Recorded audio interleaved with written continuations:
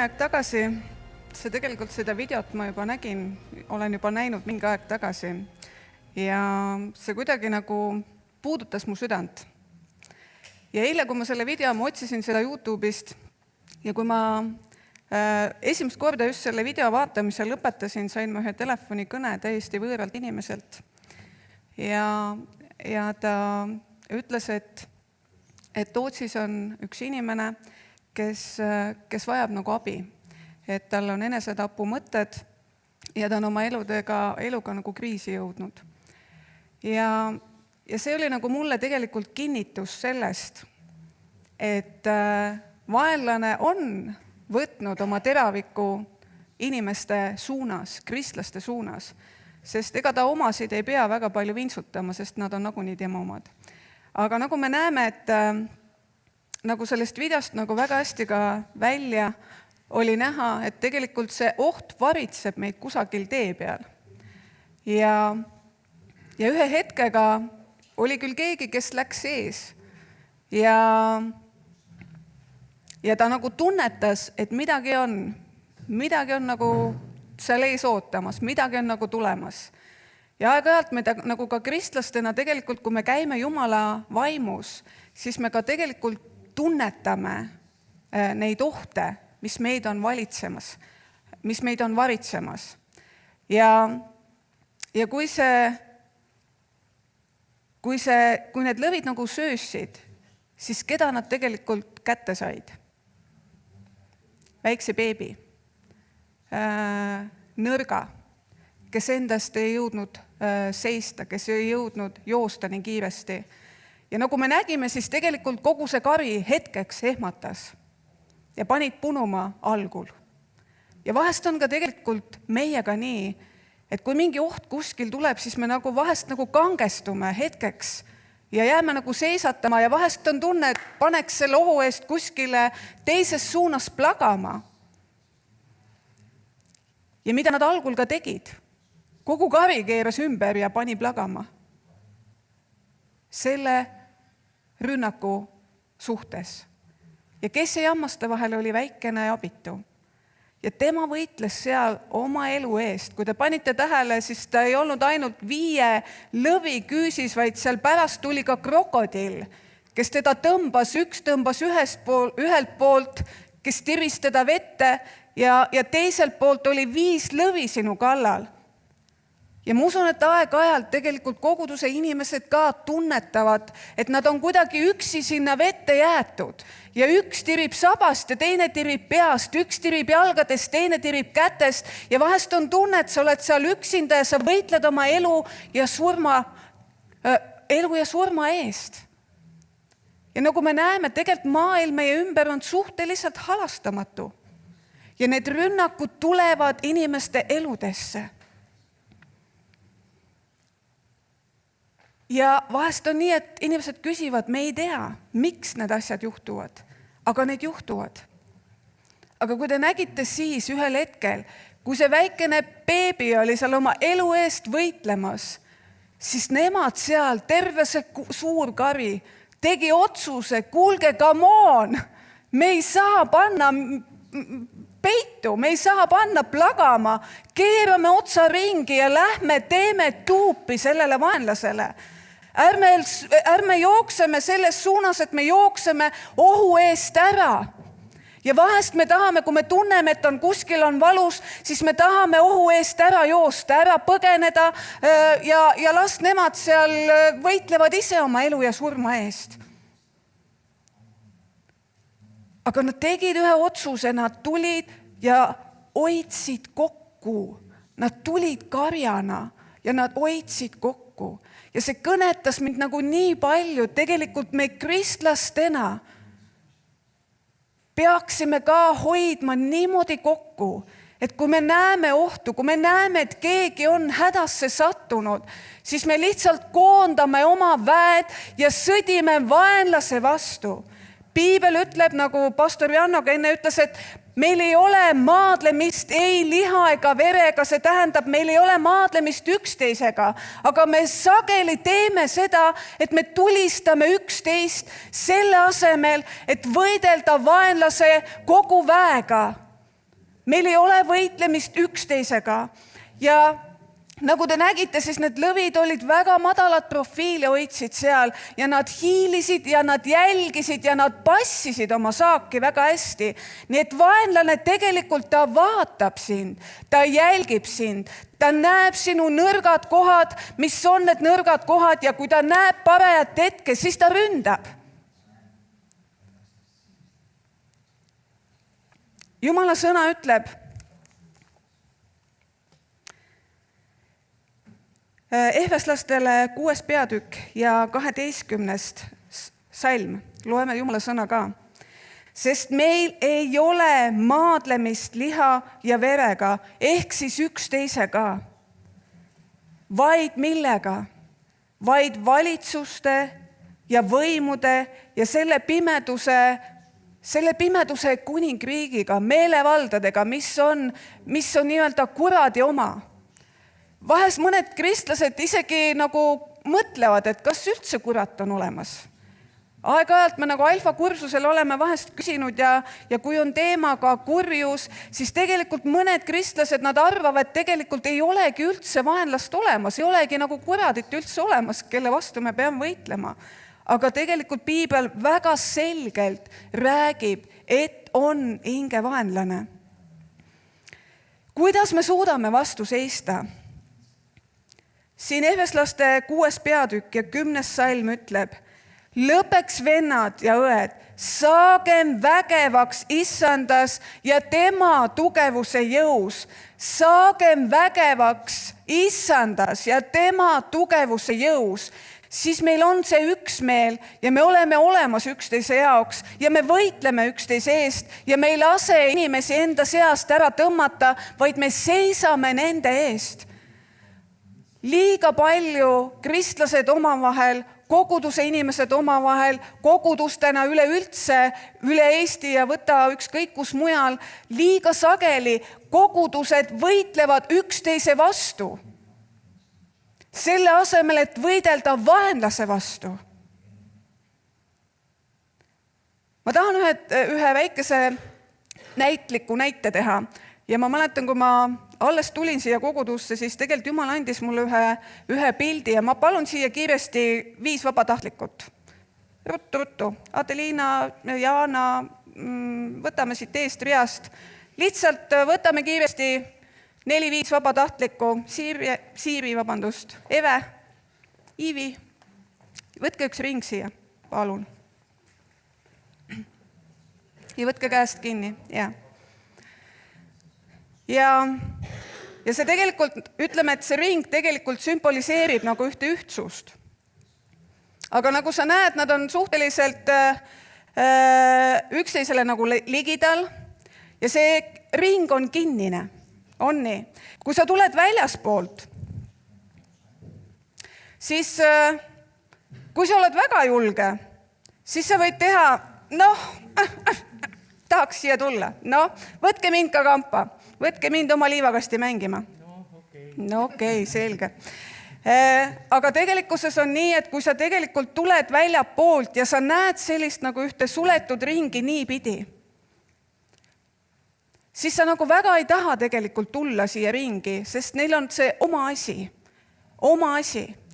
Ja huvitav on see, et tegelikult kui nad niimoodi siin ringis nagu üksteist väga palju kaua nagu jõllitavad, on aeg, kus on vaja pea kummardada palveks ja palvetada. Aga üldiselt on ikka vaadatakse nagu üksteise otsa.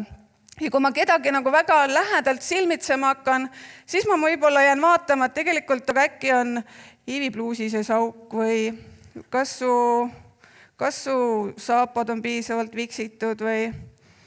Ja me hakkame silmitsema tegelikult üksteist ja mida me hakkame nägema, jääge veel, aitäh, mida me hakkame nägema? Me hakkame nägema vigu. Ja tegelikult see on esimene asi, mida me hakkame nägema. Kui palju me hakkame nagu selles suhtes, kui me vaatame, väga tihti ei ole nii, et see on inimese loomus, see on see patune loomus meie sees. Et on küll, et ma võin öelda, et Siiri, sul on väga ilusad silmad. Ja mingi hetk, kui ma nagu teadlikult ennast nagu mõtlen selle peale, et ma hakkan ütlema midagi head ja ma hakkan märkama nagu midagi head, siis ma võin seda öelda, aga tegelikult esimene asi oleme inimesed, mida meil silma hakkab, see, mis on valesti. See, mis on valesti, seda me näeme kõigepealt, mis on valesti. Ja siis me hakkame sosistama, kuule Toomas, kas sa tead, et Iivil on pluusis ja sauk? Või kas sa tead, et tal on tegelikult kingad ei olegi nii hästi viksitud? Ja see on tegelikult see tundub naljakas, aga päriselt tegelikult me teeme nii. Me teeme nii. Aga nüüd, kui me natukene pöörame ennast teistpidi, tegelikult ei ole vaja teha üldse palju, vaid ma palun sõbrad, et te lasete ilusti käest lahti ja keerate nüüd seljad nii pidi. Mis saab? Nad ei ole käest kinni, nad ei ole nagu suletud ring ega suletud grupp.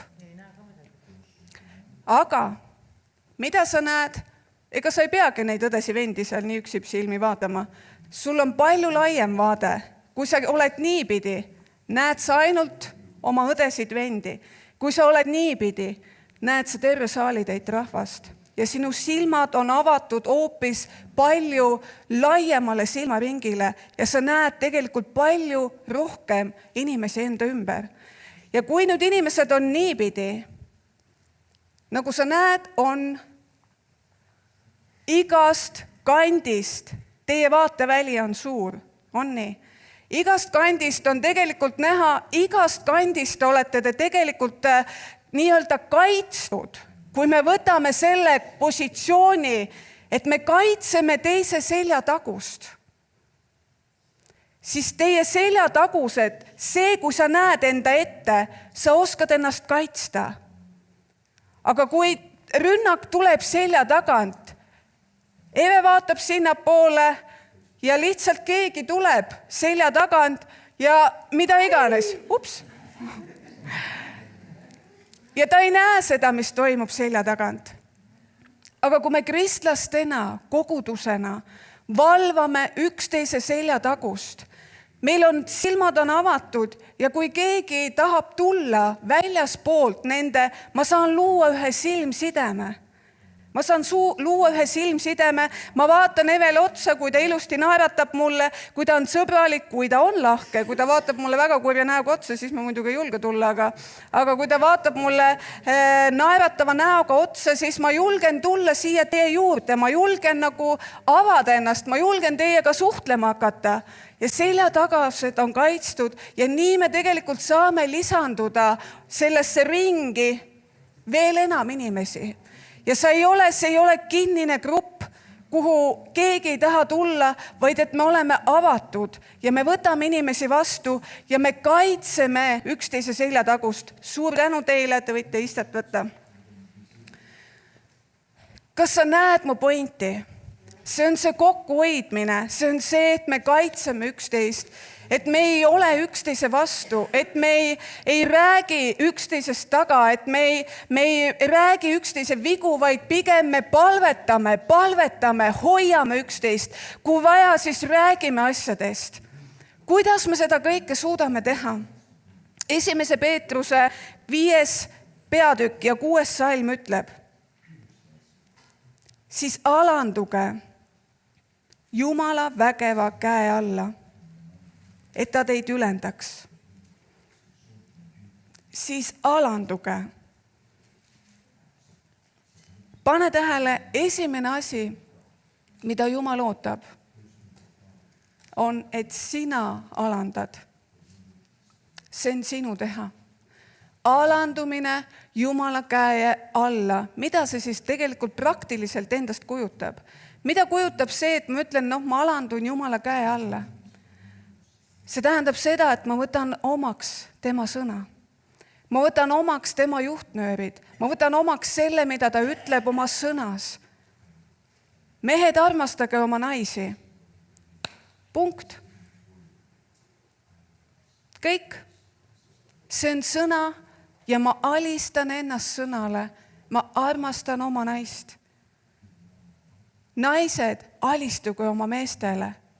Punkt. Ma võtan sõna enda sisse ja teen selle järgi. Nii nagu sõna ütleb. Nii nagu sõna ütleb. See tähendab seda, et ma alistan ennast Jumala käe alla ehk tema sõna alla. Ja selleks, et selle alla alistuda, me vajame teada Jumala sõna, mida Jumal ütleb ühe, teise või kolmanda olukorra kohta. Et me ei oleks nagu selgrootud selles mõttes, kes ei tea, kuhu suunas. Ja kui sa ei tea, siis küsi nende käest, kes teavad. Alandu Jumala käe alla. Ehk see on see, ma annan oma elu kontrolli tema kätte. Mina ei kontrolli oma elu, vaid Jumal kontrollib minu elu.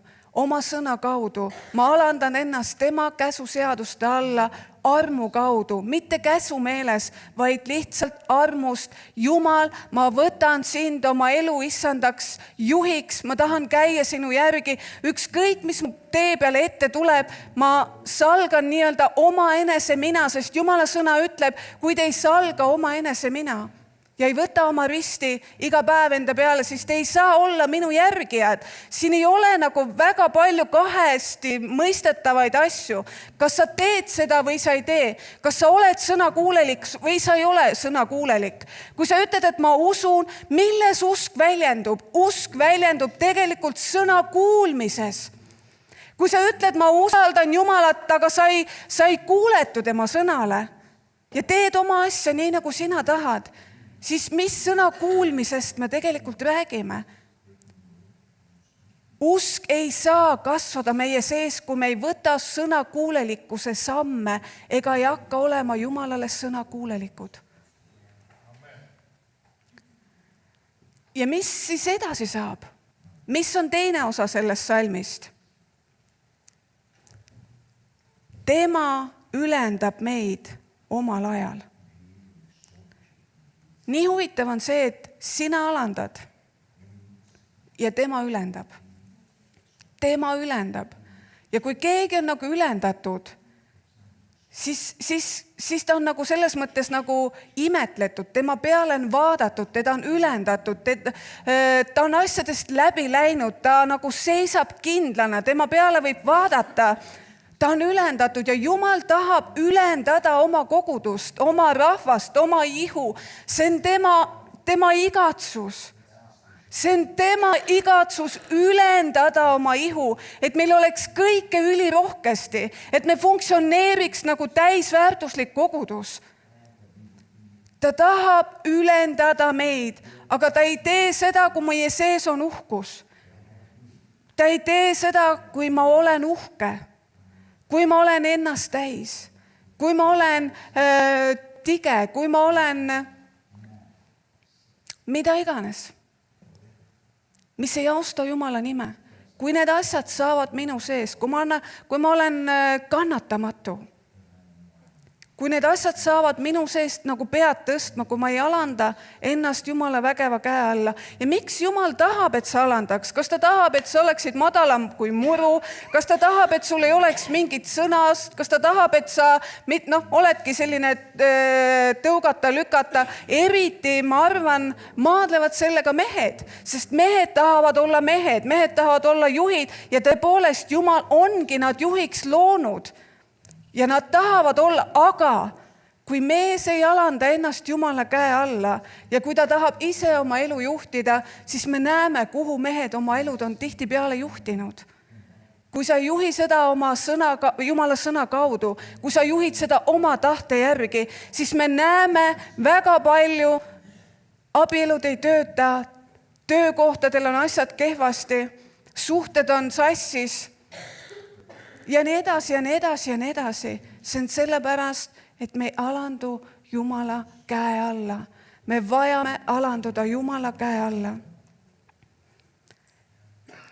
Salm 7 ütleb, heitke kõik oma mure tema peale, sest tema peab hoolt teie eest. Kui me võtame nüüd selles mõttes, võime võtta selle sama video ja panna selle sellesse konteksti, et meie oleme nii-öelda need väiksed pühvlid seal, aga see kari see on üks taevane vägi, see on Jumala vägi, see on tema inglid, kes on saadetud meid kaitsma, meid hoidma, meid välja tõmbama selle kurja küüsist. Heitke kõik oma mure tema peale. See ei tähenda seda, et viskan jala üle põlve ja naudin ilusat elu, vaid see tähendab seda, et ma annan üle ennast Jumalale ja ütlen, et ükskõik, mis mure mul täna minu sees ei ole, Jumal, ma usaldan sind. Jumal, ma usaldan sind.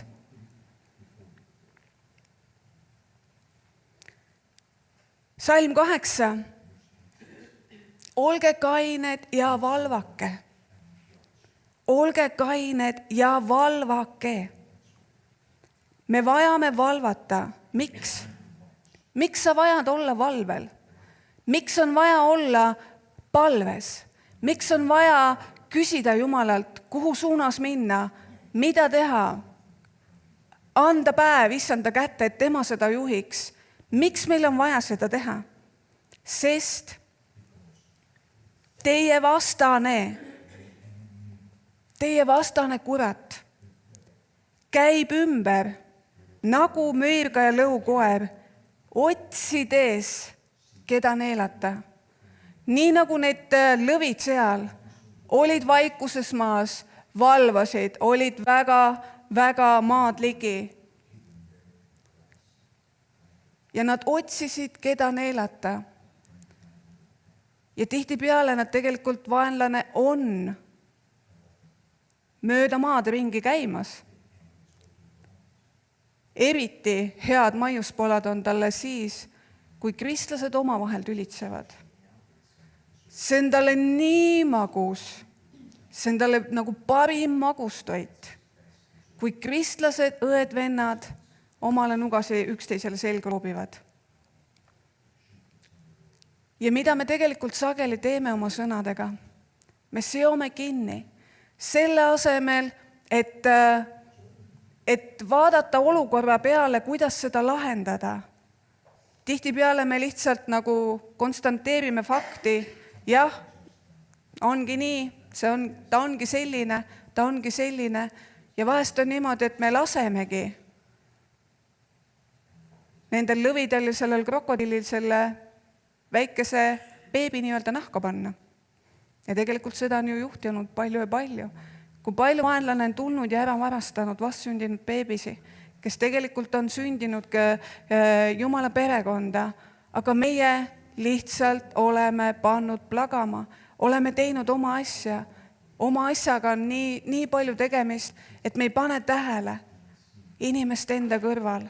Ja see ongi üks vaenlase kaval strateegia, samamoodi panna sind nii palju rakkesse, nii palju erinevaid kohustusi, mida me kõik püüame võtta ja võtamegi, et kuidagi viisi selle maailmaga sammu pidada. Ja siis ma mõtlen, et appi, aga ma olen endagagi, mul on nii palju tegemist iseendaga, mis mul veel teiste jaoks jääb. Ma ei suuda teistega tegeleda. Aga üheskoos, kui me tegelikult kogume kokku, kui me üheskoos võtame ennast kokku, üksinda sa mõtled jah, et ma ei suuda, aga selleks meil ongi need palvegrupid, erinevad grupid, kodugrupid, kus inimesed saavad kokku tulla, nad saavad üksteist julgustada. Kuule, võtame selle olukorra. Võtame selle olukorra ja ärme laseme kuradil võita. Võitleme selle asja eest, võitleme selle abielu eest, võitleme nende laste eest, et nad ei läheks maailma või kui nad on maailma hammaste vahele sattunud, võitleme nad tagasi. Ärme tõstame käsi püsti, jah, see on läks, noh, mis teha? Hoiame kokku. Kui kellelgi on häda, kui kellelgi on vaeva, kui kellelgi on raskust, millest ta läbi läheb, hoiame kokku ja kaitseme üksteist. Mitte ärme moodustame ühte kinnist ringi, kus me vaatame üksteise vigade peale ja me ei näe ja selja tagant tegelikult vaenlane tuleb ja lihtsalt laksib meid maha. Selle asemel pöörame ringi, et me oleme valvel ja meie silmad on lahti ja me näeme, mis meie ümber toimub. Ja ma tean, et ma võin oma õe ja venna peale kindel olla, et ta katab minu seljatagust. Mitte ei löö mulle nuga selga, vaid ta katab mu seljatagust. Need palved üksteise eest on väga olulised. Kullakesed, me elame tegelikult suhteliselt kriitilistel aegadel, kus meil ei ole aega mängida nii-öelda kogudust, kus meil ei ole aega mängida kristlasi, vaid Jumal küsib, kas sa oled või sa ei ole. Ta küsib, kas sa oled või sa ei ole. Ja siin ei ole aega, see ongi elu ja surma küsimus, see on vaimuliku elu ja vaimuliku surma küsimus täna. Mõni aeg tagasi YouTube'is ma juhtusin vaatama ühte nii-öelda lõiku, kus siis kas Hiina või Korea, ja see ei olnudki kaua aastaid tagasi, see oli kuskil 2007, kui need asjad seal toimusid, kus ka üks noor neiu, kes oli oma eluga ta oli depressioonis, tal olid tegelikult unistused, aga ta ei suutnud neid kuidagi realiseerida, sest igale poole, kuhu ta läks, teda tõugati ära nii edasi ja nii edasi. Ja ühel hetkel ta leidis Jeesuse, leidis selles mõttes ühe kristliku grupi, kus ta hakkas koos käima, kus tema elu sai üles ehitatud, ta sai uue suuna, tema usk kasvas tema sees, ta sai enesekindluse ja tema elu muutus selles osas. Ja ühel hetkel olid võimud seal ukse taga, ja ühesõnaga see oli see aeg, kus ei tohtinud olla, avalikult tunnistada, ja kui sa olid kristlane, siis sind piinati ja nii edasi, et oma usust lahti öelda. Ja seda tüdrukut piinati ebainimlikul moel, igatepidi. Ja kui ma vaatasin seda, siis ma lihtsalt, ja ma mõtlen, et appikene, kus ma ise täna olen. Ma vahepeal kahtlen, kas ma julgen minna võõra inimese juurde, et talle evangeeliumi kuulutada. See tüdruk, teda hoiti käeraudadega seal trellide küljes ja tema varbad vaevu ulatusid maha ja ta oli seal ööd, päevad. Ja valvurid lihtsalt julmalt peksid teda ja ütlesid, tagane ära oma usust, ütle lahti oma usust. Ja sellel tüdrukul oli momente, kus ta mõtles, et ta lihtsalt ei suuda. Jumal, kus sa oled, ma vajan sind, ma ei suuda selle kõigega hakkama saada. Ja siis jälle tal tulid piiblisalmid meelde. Kullakesed, see ei ole nali, me räägime tõsistest asjadest. Ja siis tal tuli meelde Jumala sõna, mida Püha Vaim tegi elavaks. Mis andis talle jõudu, mis andis talle jõudu vastu pidada ja edasi minna ja jääda ustavaks sellesse, millesse ta oli kutsutud. Ja ta sattus hiljem ühte vanglasse, kus samamoodi naiste vangla, kus tema usu pärast peksti ja nii edasi. Aga kui toimus see üleviimise moment, siis see valvur, kes oli olnud seal kinnipidamisruumis kõige julmem, kes tõesti oli teda jalgadega peksnud, põletatud, tema käed olid niimoodi üles väänatud ja nii edasi. Kui sa seda mõtled ja vaatad, mida ta tegelikult kõike pidi läbi elama ja ta ei taganenud, ta ei öelnud ära, ta ei andnud välja oma usukaaslasi, ta ei andnud välja seda liidrit, seda juhti. Ja siis, kui ta viidi üle teise kohta, siis see vangivalvur, ta tegelikult andis talle au. Ütles, et sa jäid lõpuni ustavaks. Ja ta viidi sealt edasi. Aga see midagi muutis tegelikult ka nende südames. Et nad suutsid läbi käia kõik need valud, kõik need vaevad. Ja ühel hetkel ta oli seal vangis juba üle aasta ja piinati mida iganes ja ühel hetkel ta sai vabadusse. Ja täna ta jagab oma tunnistust. Olge ustavad. Kus on meie usk täna? Ja ma olin Jumala ees ja ma mõtlesin ja ma lihtsalt palusin andeks, issand, kus mina täna olen oma usus. Ma ei julge lihtsalt võõrale inimesele tänaval juurde minna ja ma kahtlen, kas minna või mitte, et talle rääkida rõõmusõnumit. Me elame täna ajal, kus meil on kõik on võimalik. kus meid täna meie usu pärast taga ei kiusata. Aga kui ühel hetkel me peame hakkama tegema natukene karmimaid valikuid. Täna me teeme valiku, kas ma viitsin hommikul üles tõusta või ei viitsi üles tõusta. Kas ma viitsin kogudusse minna või ma ei viitsi kogudusse minna. Kas ma viitsin piiblit lugeda või ma ei viitsi piiblit lugeda. Täna on meil sellised väga nõrgad valikud selles mõttes. Tahan, ei taha, minu vaba tahe. Minu vaba tahe. Ja tõepoolest meil on vaba tahe. Ja siis me vahest mõtleme, et meil on võib-olla raske ja aeg-ajalt meil ongi raske ja tegelikult, kui sa oled oma valus, siis sa ei suudagi ennast nagu kõrvutada teatud inimestega, kes on läinud läbi palju raskematest aegadest, palju raskematest hetkedest. Ja me nagu tunneme, et kogu see valu ongi, see kogu maailma valu on minu kanda. Aga meil on vägev Jumal. Meil on vägev Jumal. 1. Johannese 3.8 on väga tõsine kirjakoht. Kes teeb pattu, on kuradist, sest kurat teeb pattu algusest peale. Selleks ongi poeg saanud avalikuks, et ta tühistaks kuradi teod. Siin ta räägib, et kui me jätkuvalt meelega patustame Jumala vastu, kui me oleme tunda võib-olla saanud, mis on nagu Kristuse arm, kui see on nagu jõudnud meie sisse, aga me ikkagi otsustame, et me teeme pattu. Me teeme pattu edasi.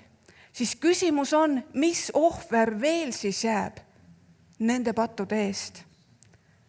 Loomulikult me eksime, aga ma räägin siin meelega patus elamisest. Kui sa tead, mida sõna ütleb ja sa meelega elad patus edasi ja naudid seda täiel määral.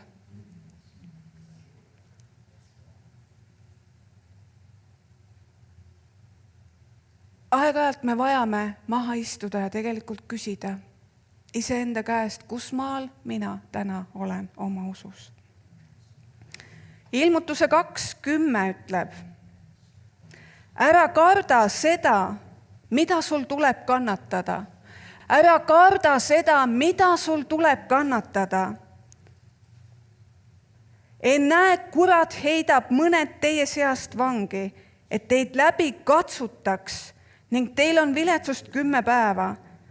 Ole ustav surmani ja ma annan sulle elupärja. Ole ustav. See tähendab oma elupäevade lõpuni jätka usus käimist, jätka olemaks sõnakuulelik tema sõnale, jätka selles käimist. Ära väsi ära seal vahepeal, ära loobu, sest elupärja saavad ainult need, kes käivad lõpuni. Kes käivad lõpuni. Vahest me oleme Jeesuse vere ohvri töö teinud nii lahjaks, et see polekski nagu mitte midagi. Et ma võin käia sisse, välja, nii nagu tahan, teen pattu, kui tahan, parandan meelt, kui tahan, ja nii edasi, ja nii edasi. Ja tegelikult sellega me Jeesuse poja vere tallame jalgade alla. Aga mis ohvrid siis veel jääb üle?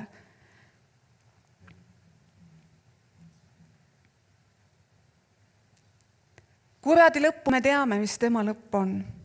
Ilmutuse 20.10 ütleb, ja kurat nende eksitaja. Kelle eksitaja? Kelle eksitaja? Kurat on eksitaja ja vahest ta moondab ennast valguse ingliks, näidates teid, mida iganes, vali aga. Ta on eksitaja.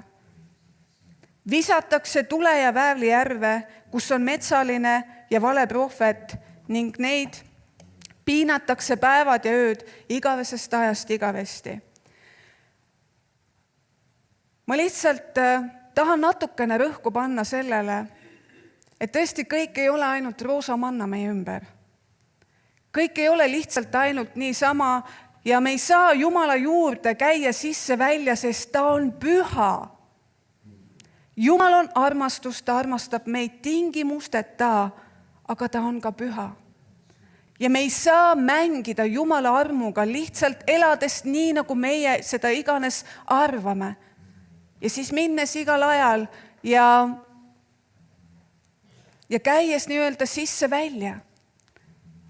Jeesuse verise töö, mis ta on sinu eest teinud, see on püha.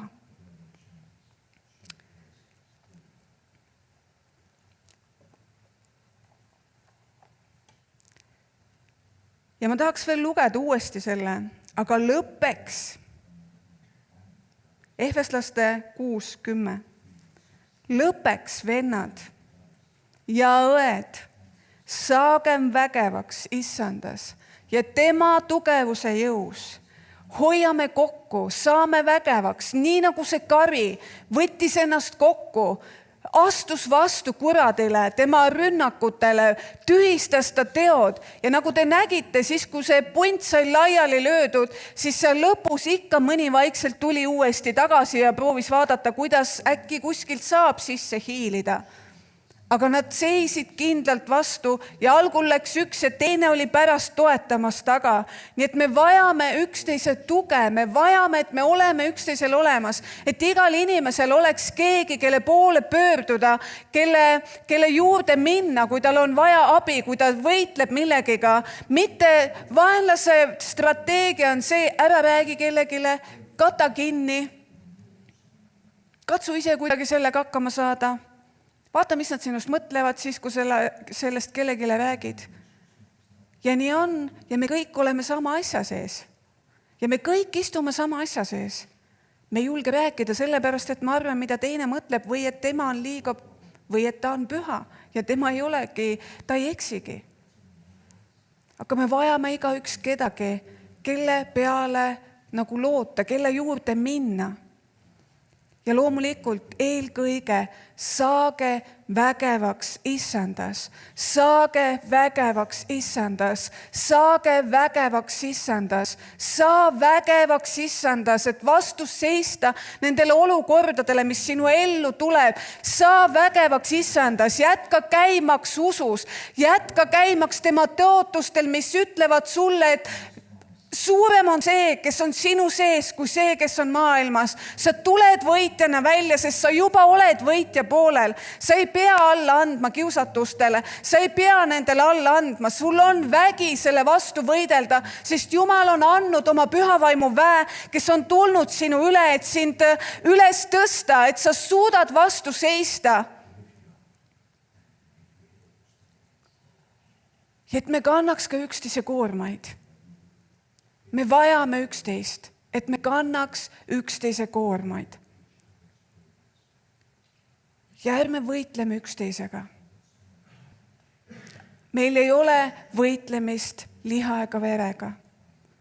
Kui sul tulevad raskused, probleemid, siis ära võitle oma õe vennaga, vaid kõigepealt mine Jumala palge ette ja Jeesuse nimel võta see olukord.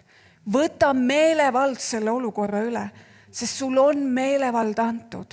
Kristuses sul on meelevald. Sa ei ole lihtsalt üks väikene vennikene, kes ei saa millegiga hakkama, vaid sul on Jumala vägi, millega sa suudad kustutada kõik tigedad nooled. Ja siin ta räägib sõjavarustusest, mis tihtipeale kristlastel on kuskil nurgas ja me läheme välja ja me ei olegi tegelikult valmis üldse rünnakuteks. Ja vaenlane on sind väga hoolega jälginud ja ta väga hästi teab sinu nõrgad kohad ja leiab üles need ja ründab siis, kui sa ei ole ennast ette valmistanud, kui sa ei ole valmis. See ei tähenda seda, et me alati ja kogu aeg peame olema nii-öelda sõjatandris, sest Jumal ütleb, et olge rõõmsad, pidage pidu, tehke neid asju, nautige selles mõttes ka elu, aga me peame olema valvel. Me peame olema valvel.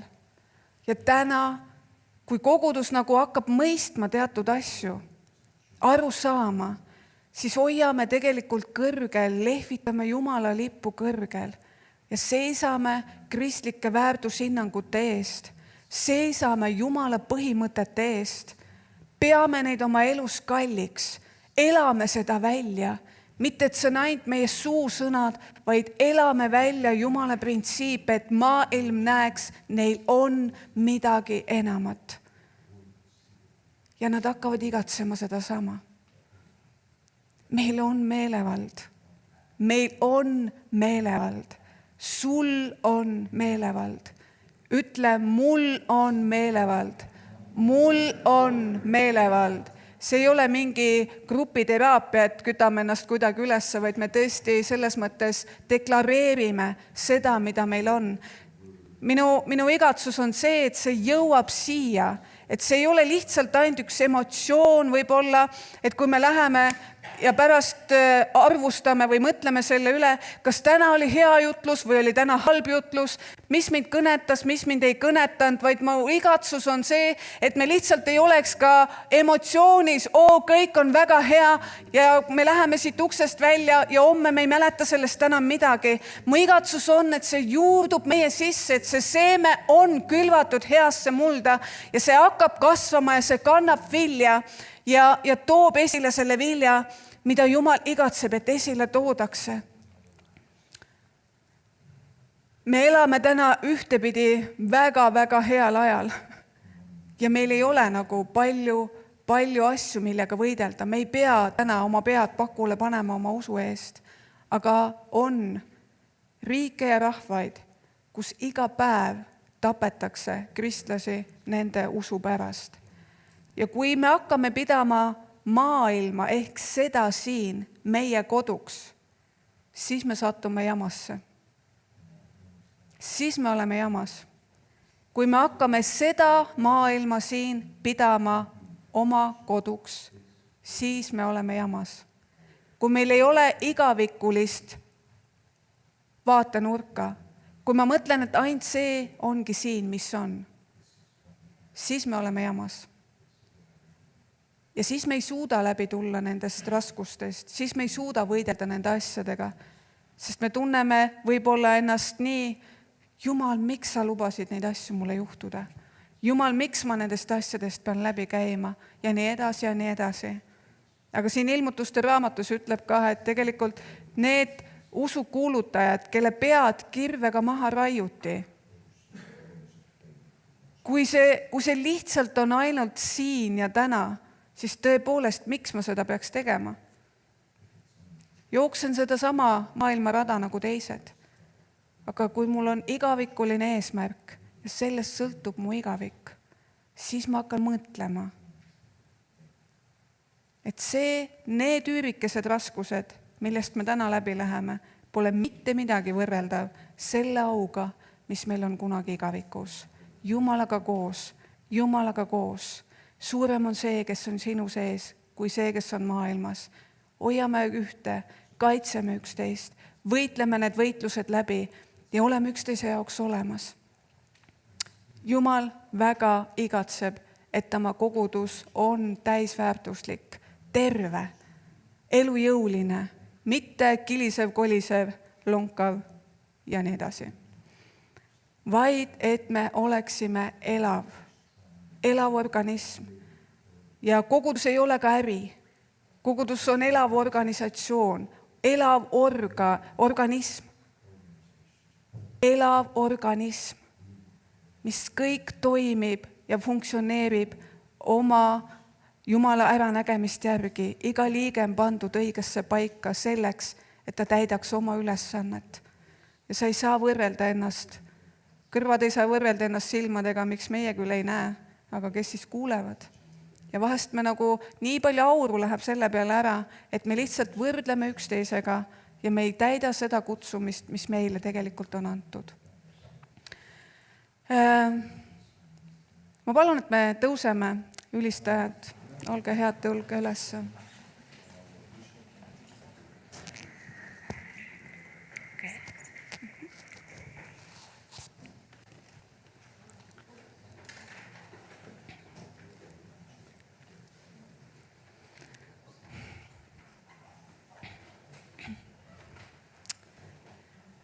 Halleluuja.